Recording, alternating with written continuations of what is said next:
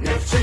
Aslan kimisiz, yenersiz budur. Artık şanı şöhreti milli futbolumuzu. Gönder seninle bölüner, sevenlerin hemşe senle ölür. Zirveler sendir, tarih yazmışsa seninle kahvedir, müddet andımız dönmez yolumuz. Senden gol gözleyir. Azerbaycan futbolunun səngerində gülər üzlər, gülər gözlər sən gələr. Gönder seninle bölüner, sevenlerin hemşe senle ölür.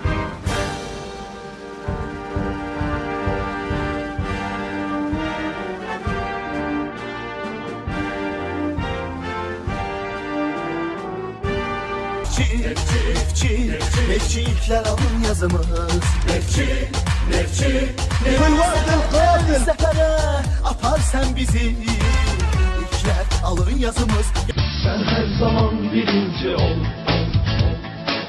Zirvelerden gelsin ses. ey Xəzərdən Kəran, biz səninləyik, sevinclər, kədərlər. Azerkeş elleri göğe yükselir.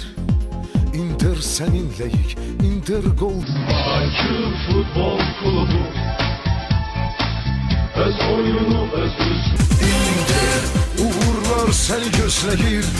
Inter rakipler seni. Nefçi atanımız, damarda kanımız. Nefçi.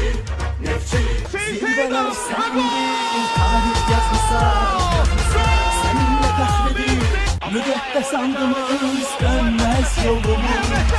Senden gol gözleyir. Qarabağ, çempiyonsan, eğilmez, yenilmez.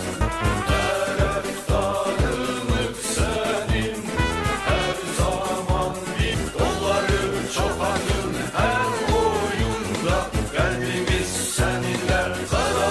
Qarabağ, çempiyonsan, eğilmez, yenilmez. Güclülər, güclüsün sən, ölkəmizin seninle iş araba. Aslan kimisiz, yenersiz budur. Nefçilikler alın yazımız. Nefçi,